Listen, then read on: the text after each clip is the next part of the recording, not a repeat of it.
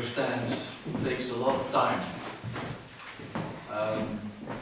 May I invite you to share what came to your mind in this 1 minute or in this 1.5 hour of presentations? Yes, please. It slipped my mind, well, that actually is a consultation between city folks and people living out here. Because what you showed us was so generally human inspiration that I don't think that there would be any real barriers against adapting it. So it might be spoiling the project, but I followed the project in Jung, where there was some real barriers against what the beginning started with. But I experienced yesterday that my commune took to the person and actually planned when all you are gone and when the last moment experience will make our party our own. So it actually is taken to heart. I don't know if you researchers have really can see a difference between city dwellers and the rest of us.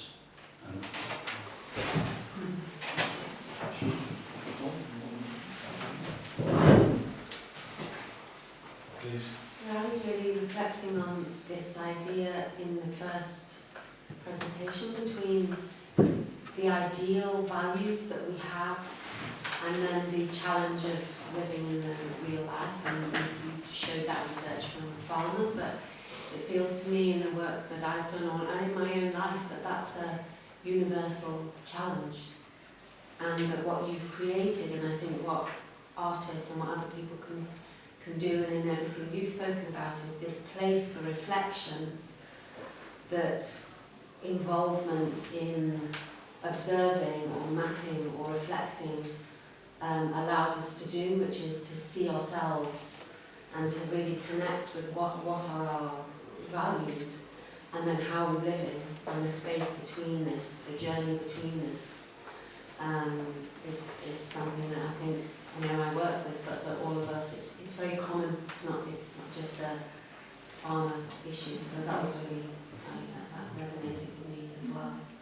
And also in what you were speaking about, I'm really interested to find out this sense of how we reflect on the past and how we mark the present, but also how we use that to look towards the future. And so I'd be interested in finding out more about the work as well as the mapping and exploring work that you're doing creatively that looks at how do we vision the future and how through your Radiance project you're doing that. Actually, what I would say follows indirectly from that. Tom, I was really I'm really interested in the way that you've mapped out a potential route between industrial and small farm production and the agri-ecological farming, diversified agri-ecological farming. And it seems to be the way that policy is going. But for me, the big reservation I have about that is the infection of every aspect of life with production. So if my life as a farmer, my subjectivities, all the things, my connection with the land, which through the projects that we all do, we can surface those invisible connections. But then the next step, and this is the one I struggle with, the next step in sustaining rural futures is to somehow capture that or instrumentalize that into a product. And intellectually, I know that has to be done, but I struggle with the ethics of it. I struggle with the issues around representation and what that can. It's a very powerful tool that we as artists hold, because we can, and you see it here, all through this building, through Radius, we can surface all those invisible issues and narratives and stories, but it's how they're used and how that connects to the future. That's what I'm not sure about, and I sometimes feel overwhelmed by. And I think the real danger in the global world that we now live in, where every aspect of our lives is connected, and where we're expected to self-present all the time, the irony of one aspect of the farmer producing space for people who burn out, and yet at the same time I can see so many farmers burning out from trying to be all things to all people, just as many artists are burning out from trying to be all things to all people. Do you understand what I mean? I think this is a really big issue that is at the core of this, of the future of the rural, if it is to become both a site for leisure, both a site for health, both a site for well-being, both a site for food production in a sustainable way. How do we create some sort of breathing space in the middle of that for reflection? Can you respond to that? Yes, I will try to. It is very, thank you for the questions and remarks, because I think there's a connection between what you said about the universal challenge and the common challenge we all have, and what you are saying, that working from concepts as, in this case, the ecological transition, you can call it, that it's not something that's coming out of the sky and there's a complete solution for every problem. But the connection between the two, I think, is what you call space for breathing and what you call place for reflecting. I think we all need that. And you cannot prescribe a change or a transition completely from outside. Part of the transitions we are dreaming of, they will find their way, and I think very important for that to get a certain, not only social climate, also personal climate, is to take time for reflection. To take time for reflection, not only for yourself sitting in on a chair in your own house, but together with other people. I have, with my project of Values of the Country, we have sometimes people of the board people of different huge cooperatives or organizations, and we ask them, what is your most urgent problem? And we have done it several times. Each time they say, you must keep it secret, they say, but our problem is we have no time, not enough time to think. So it worries me a lot, because those people, they are making decisions and they are always running, and they say for themselves, we have no time to think. Well, so that's the point. Yeah, everything becomes reactive. Yes. Rather yes. than Or responsive. it's a kind of, yesterday it was also a little bit like that in the discussion, that we have to take care that we create some models, models for developments or models for good behavior, and then everything has to fit in it. And that's not the way we can make the changes and make the people that they want to make the changes themselves. Not working for models. Models is a way of thinking, it's not a way of doing. Sure. But on the other hand, we say people don't have enough time to think, so that's a fact. So if there would be at least a good model, at least they would orientate on a sustainable model, and then maybe there's still the need of thinking, but you now said that reality is like there's no time for discussion and no. That's No, their own no, no. experience. That's their own experience that they have too less time for thinking and for reflecting.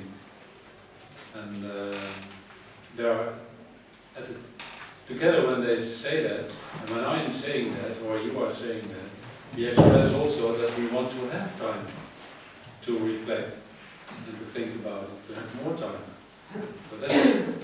So and it said nothing about their intentions to be sustainable, to organize in a sustainable way or to work on sustainability, but it's I think it's more fundamental. In a way, everybody's trapped between his dreams and ideals and the realities he's put into. And there, how can we get to the best part of it? Yes, please. Yeah, when I was listening to your presentation, Tom, I was a bit curious how it would link to the other presentation and the artwork, and said, okay. But then at the end, I think it was all the same about what are the values, what are our dreams, and what create meaning for us. And of course, it's really big issues, and there's not like a quick solution to them. But I think that one thing art might do is to help start this conversation of, yeah. But I want to make it a little bit sharper, because everybody is I think, agreeing on, and it was also in the presentations, the first image Don showed was this looking glass. And in a way, we're all dealing with working on perspectives. Don was very explicit in it, but also Stuart and LME were deconstructing and create new experience and so on. What you are doing is digging where you stand, analyzing and researching the different layers of the problem as well. But then comes the question which you guys forward, okay, and what are we going to do with it? How is it going to work? And the reality is, does anybody of you know how many farmers there are in Denmark? How many? Less. Yeah, less. That's not too long. And the more there will be less again. And how many else should you about? And just guess. Sorry? It's about 10,000. You're a little bit pessimistic. There's only 10 in Samsø, for instance. About 35,000 is what I read. And well, the sure thing is next year there will be less. Comparatively, in the Netherlands there are now 65,000, about 17 million inhabitants. And in 10 years' time there will be half, like in that. The number of artists? I think I remember it's 39,000 or something like that in the Netherlands. How many? 39,000. So that's some years ago. I can tell you London alone has more than 40,000. Okay. So many more. Yes. Well, if you look at the Netherlands statistics, it's around 100,000. And I guess comparably that should be that in Denmark the rate should not be very different. 100,000 artists. In the Netherlands, yes. People who say Almost twice as much as farmers. yes, twice as much. And in 10 years' time, the rate will of course be twice as sharp. And how many artists are working in rural areas? Yeah. We're going to ask them. I count 1, 2. The call for action, the call for what can they do? I mean, the common denominator I had from the introduction was, if you lay it back, it's all on our plate. Our personal choices, if you're not farmer, if you're consumer, if you live or you like or love the countryside, it's on your plate. You can describe your behavior in terms of what you do. But are there any other forms where we can interfere what's happening in reality? What do we want? And one thing that would occur to me in the way that, a lot of conversation about the changes in farming, and you talked about it, Tom, is the kind of introduction of technology, and I actually feel this is the biggest drain on my time. So everything I have is mechanised, and actually I feel like I have less time.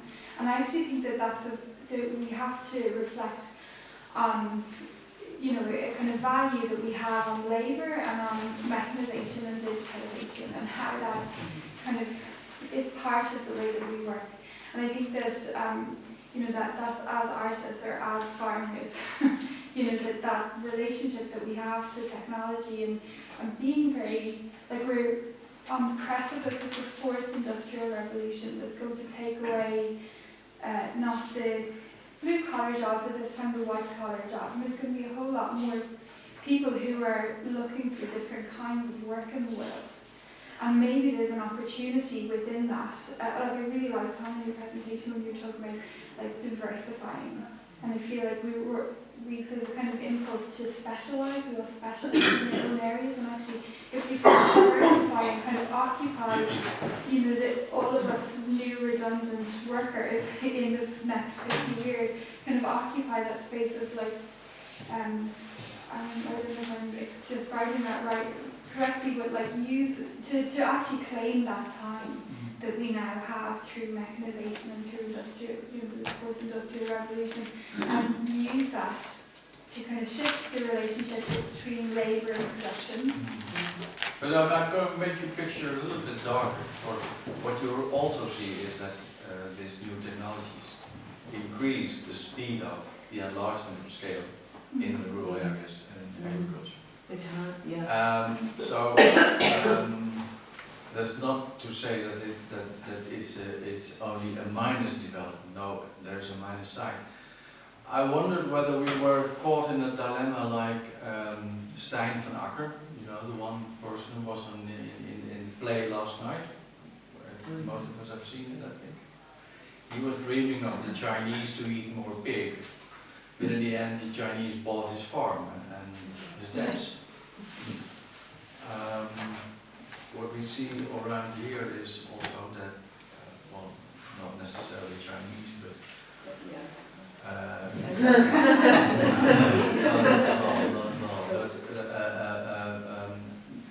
let's say not usually the usual agricultural people own the land, but insurance companies or investment companies for you and my pensions and so on are investing in the land. What does it mean? How can we nevertheless keep in touch with what we want as our ideals or interventions? So different ways of looking at the landscape. What kind of tools gives us to guide what's happening in the rural areas? We have to share. We have to share our stories. We have to create share stories because there are a lot of stories outside. That's what we have to tell. Even the new mechanism and the new landscape and the new how we go on with that, it's all a story from us.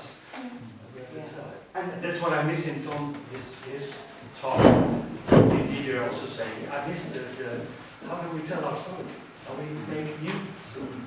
Because I do think that the counterpoint in a sense to what you just described, which is happening all over the world, where you have one farmer with a huge tractor farming vast, I worked with a farmer in Colorado who had 10,000 acres of wheat and corn that he farmed with one mega tractor that cost him nearly $1 million, and he had satellite controlled irrigation systems, so he used very little water. It was as efficient as it could be.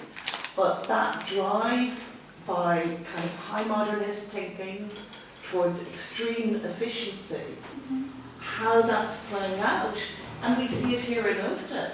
We're surrounded by farmland that's owned by 2 people, and the village is being bitten away by farming. So these tensions between feeding ourselves and future societies and whether we have a social structure in the countryside that can sustain families so that villages don't just become dormitories to feed cities. I think that's where I find your agro-diversity, sorry, I can't remember, agroecology diversification process really interesting. And the creative space, and I think what we can bring through our knowledge of how to surface stories is the creative space to potentially imagine alternative systems of production that are not an either or, but are situated within that polarity from black to white, different scales of production that require different investments of time. And Can I it- go to your, yeah, and I will react and then you go continue, please. Okay. I'll just say that, yes, you're talking about the farmers, but sorry to say, in a way, they are having too less time, but there's a lot of people here in the countryside who is having too much time. And who are lonely, and so for me, I'm not in this for the farmer's sake or anything. It's more to be human, to understand whatever, how we're dealing with this. So in a way, I think we're having a big diversity of the countryside as in the cities. We're having people who's having too less time, we're having people who's lonely and and all that, I think, in a way, the nature and maybe also the art sometimes can create a moment of spare time for just switching yourself or your mind or your things into another place, and maybe opening yourself up to sharing or seeing something else, a shift somehow. So for me, I'm not into working for farmers or anything, but I hope to make just a moment where you as a person see or understands or hear. Maybe you can't describe it or saying it, but just having a moment of switching another place. This moment is quite important, I think. Yes, please. Okay, thanks a lot. I just arrived 2 hours